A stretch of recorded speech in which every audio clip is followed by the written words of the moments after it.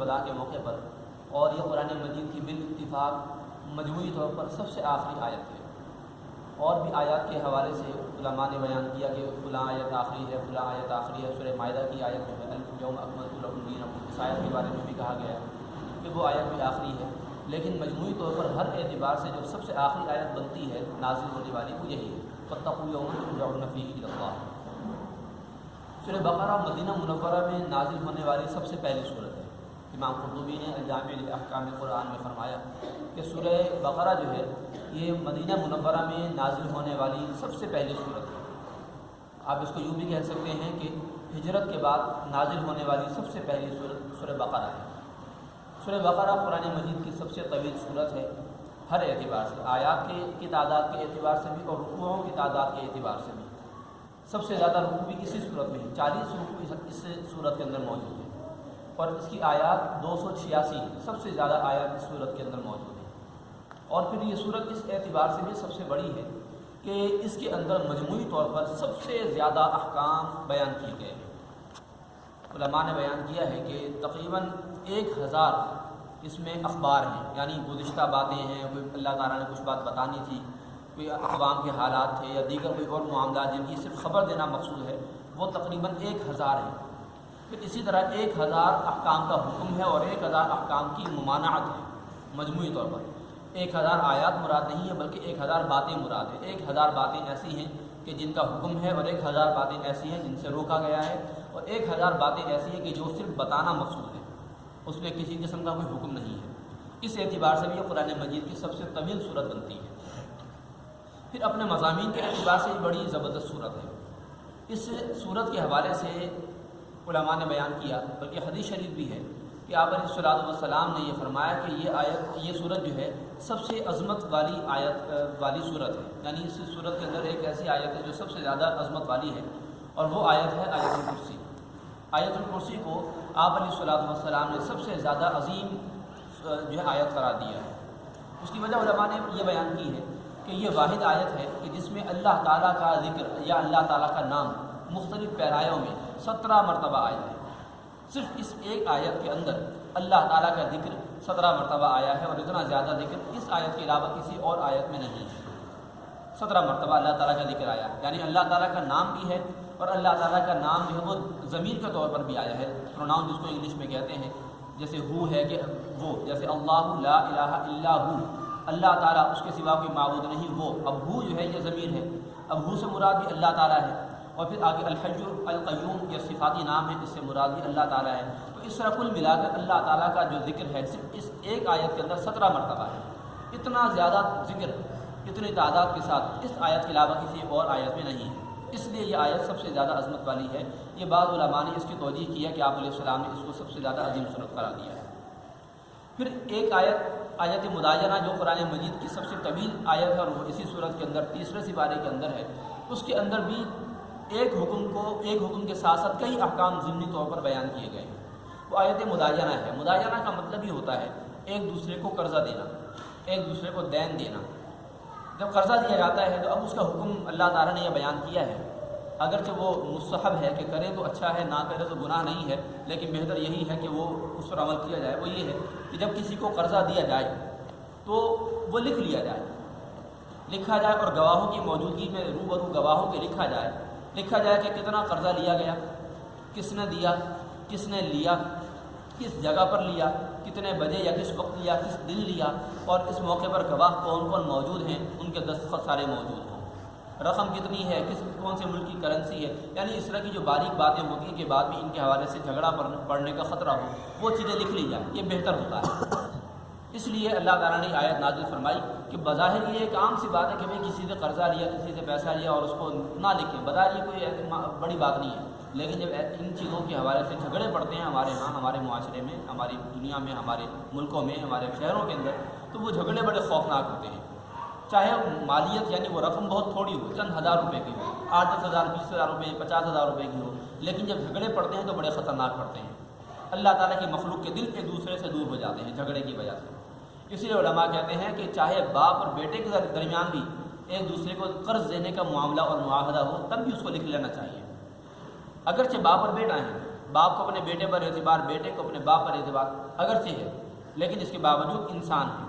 انسان ہے، اس لیے شیطان ان کے درمیان کسی بھی طرح کی رکاوٹ اور دراڑ ڈال سکتا ہے، اور باپ کے دل سے بیٹے کی محبت اور بیٹے کے دل سے باپ کا ادب نکال سکتا ہے، چونکہ مال ہے، اور مال کو مال کہتے ہیں اس لیے کہ دل اس کی طرف کھنچتا ہے، میلان ہوتا ہے دل کا، دل مائل ہوتا ہے، اسی لیے مال کو مال کہا گیا ہے، چاہے وہ پیسے کی صورت میں ہو یا عام سامان کی صورت میں، قیمتی سامان کی صورت میں، وہ مال ہے۔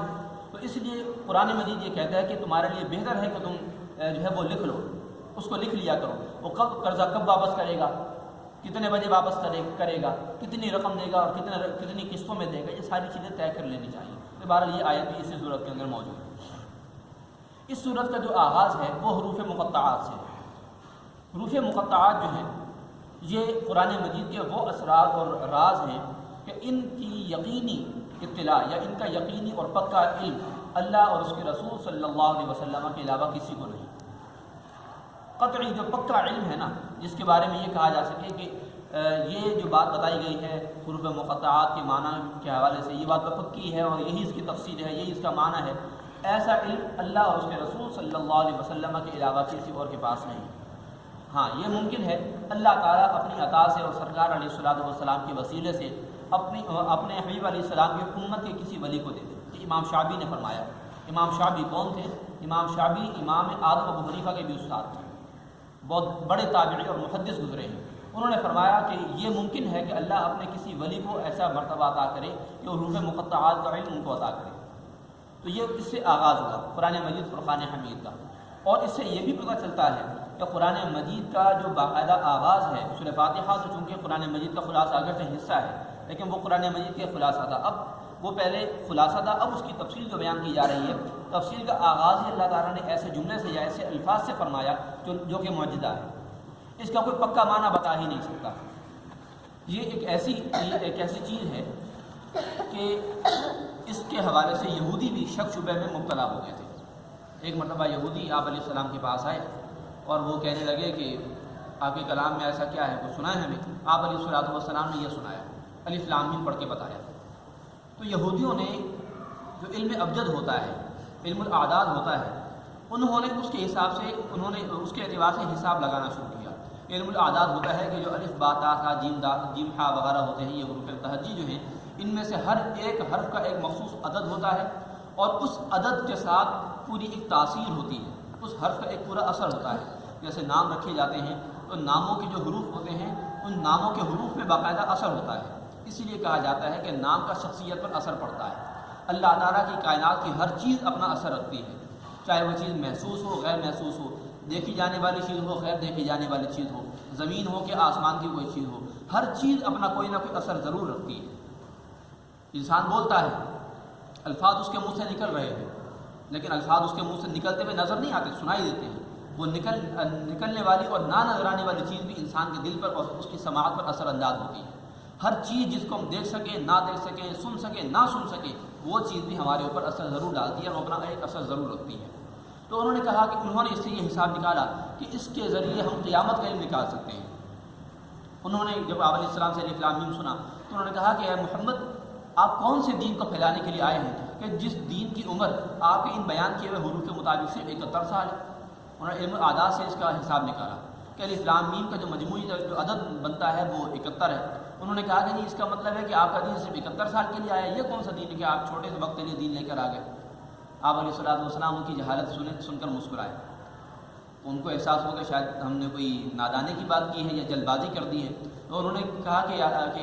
آپ کوئی اور اس بارے میں بات ہے تو سنائیں، یہ اس طرح کے کوئی اور حروف ہیں تو وہ سنائیں۔ تو آپ علیہ الصلوۃ والسلام نے دیگر حروف مقطعات وہ سنائے، حامیم ہے، یاسین ہے، کاف ہا یا عین صاد ہے، حامیم عین سین قاف ہے، وغیرہ وغیرہ، قاف ہے، نون ہے، یہ آپ علیہ الصلوۃ والسلام نے سنائے۔ تو اس کے بعد پھر وہ لوگ خاموش ہو گئے، یعنی انہوں نے اس سے پھر یہ سمجھ لیا کہ اس کا پھر جو حقیقی معنی وہ اللہ اور اس کے رسول ہی جانتے ہیں، اللہ جانتا ہے، اور یہ پھر یقیناً کوئی نہ کوئی بات ہے، یعنی بات بڑی وزنی تھی، تو وہ اس بات کو سن کر خاموش ہو گئے۔ تو اس لیے حروف مقطعات کا جو قطعی علم ہے، یا تو وہ اللہ کو حاصل ہے، اس کی عطا سے اس کے رسول علیہ الصلوۃ والسلام کو حاصل ہے، یا اللہ کی عطا سے مخصوص اولیاء کو حاصل ہے بس۔ ان میں ایک نمایاں نام حضور غوث اعظم رضی اللہ عنہ کا آتا ہے، اور امام ربانی مجدد الفسانی شیخ احمد سرندی فاروقی علیہ رحمہ کا آتا ہے۔ یہ دو بزرگان دین ایسے ہیں کہ جن کا نام اس حوالے سے نمایاں آتا ہے کہ ان کو حروف مقطعات کے اثرات کا علم اللہ تعالیٰ نے عطا کیا تھا۔ وہ کتنا تھا، وہ کیسا تھا، یہ وہی جانتے ہیں، اللہ تعالیٰ جانتا ہے، اللہ کے حبیب جانتے ہیں۔ تو یہ سورہ بقرہ کا ہم نے بالکل ابتدائی تعارف کروایا ہے۔ جو سورہ فاتحہ ہے، چونکہ وہ مکی دور کی سورت بھی ہے، اس کے اندر انتہائی خلاصے کے ساتھ دعائیں بتائی گئی ہیں اور قرآن مجید کا خلاصہ بتا دیا گیا۔ اس صورت کے اندر یہ ہوا، اس صورت میں اللہ تعالیٰ نے چونکہ مدینہ شریف میں نازل ہوئی اور مدینہ شریف میں شہری زندگی تھی، اب اسلام آگے بڑھ رہا تھا، ترقی ہو رہی تھی، اسلام مضبوط ہو رہا تھا، تو اسلام کے حوالے سے اب لوگوں کی شہری زندگی کے حوالے سے اللہ تعالیٰ نے اس میں احکام نازل فرمائے۔ خاندانی زندگی ہے، ازدواجی زندگی ہے، معاشرتی زندگی ہے، کاروباری زندگی ہے، انفرادی اور اجتماعی زندگی ہے، عبادات ہیں، معاملات ہیں، نکاح و طلاق کے معاملات ہیں، اور نہ جانے کتنے اس کے اندر جو ہے شرعی مسائل کو باقاعدہ بیان کیا گیا ہے۔ اس لیے یہ صورت مجموعی اعتبار سے سب سے جامع ہے۔ اور اس صورت کے بارے میں تو آپ علیہ السلام نے یہ بھی فرمایا ہے کہ قیامت کے دن یہ اللہ تعالیٰ کی بارگاہ میں اپنے پڑھنے والوں کے لیے سفارش ہوگی۔ اس صورت کے اندر ایک ایسی آیت ہے کہ اگر اس کو کوئی پڑھ لے تو جنات، چاہے وہ جنی ہو، چاہے وہ جن مذکر ہو یا مؤنث، عورت ہو یا مرد، جنوں کا، اس کے شر سے، اس کی آفت سے محفوظ رہیں گے، اور وہ ہے آیت الکرسی۔ اور یہ ایک جن نے ہی بتایا تھا، حدیث شریف میں ہے، ایک جن نے جو ہے وہ ایک صحابی کو بتایا تھا، اور آپ علیہ السلام نے اس کی تصدیق فرمائی تھی کہ واقعی جو جن ہوگا اس آیت کے پڑھنے کے بعد وہ پڑھنے والے کے قریب نہیں آ سکتا۔ تو اس لیے ہمیں بھی چاہیے ہم آیت الکرسی پڑھ لیا کریں۔ ہمارے گھروں میں بعض اوقات ایسے واقعات ہو جاتے ہیں، چھوٹے بچے ڈر جاتے ہیں، بعض اوقات انسان خود ڈر جاتا ہے، جوان ہوتے ہیں لیکن ڈر جاتے ہیں، ایسا ممکن ہے، تو اس سے بچنے کے لیے اور اس چیز سے چھٹکارا پانے کے لیے آیت الکرسی شروع کر دیں، یہ پڑھا کریں۔ اسی طرح سورہ بقرہ کے بارے میں یہ بھی ہے، جس گھر میں سورہ بقرہ پڑھی جاتی ہے وہاں سے شیطان بھاگ جاتا ہے۔ اور یہ ایک وظیفہ بھی ہے ایک طرح سے کہ اگر گھر کے اندر کوئی بڑی پریشانی آئی اور ٹل نہیں رہی، بڑے دنوں سے چل رہی ہو، پریشانیاں ختم نہیں ہو رہی، تو پھر اس کا طریقہ یہ بھی ہے کہ سورہ بقرہ کی 7 دن تک تلاوت کی جائے۔ طریقہ اس کا یہ ہو کہ گھر میں کسی ایسی جگہ پر بیٹھیں کہ وہاں پر اونچی آواز یا مناسب آواز پڑھنے سے پورے گھر میں سورہ بقرہ کی تلاوت پہنچے گی۔ گھر میں کوئی ایسی جگہ فکس کر لیں، 7 دن تک سورہ بقرہ کی تلاوت کریں، ایک ہی وقت میں تلاوت کریں۔ ایسا نہ ہو کہ ایک دن ظہر میں تلاوت کی، ایک دن عصر کے بعد تلاوت کی، نہیں، ایک ٹائم فکس کریں، ایک جگہ فکس کریں، 7 دن تک سورہ بقرہ کی تلاوت کریں، زیادہ کر سکیں زیادہ کر لیں، انشاءاللہ اللہ کے حکم سے قرآن مجید کی برکتیں ظاہر ہونا شروع ہو جائیں گی، شیطان وہاں سے بھاگ جائے گا، آفات آہستہ آہستہ چھٹنا اور ختم ہونا شروع ہو جائیں گی۔ ہم نے ابھی سورہ بقرہ کا بالکل ابتدائی جو اس کی تمہیدی گفتگو ہے آپ کے سامنے بیان کی ہے۔ انشاءاللہ العزیز اپنے اگلے درس سے سورہ بقرہ کی باقاعدہ تفسیر اور تفصیل کو بیان کرنا شروع کریں گے۔ اللہ تعالیٰ سے دعا ہے کہ ہم سب کو فہم دین، فہم قرآن مجید عطا فرمائے اور ہم سب کا بیڑا پار فرمائے۔ وما علیہ الا البلاغ۔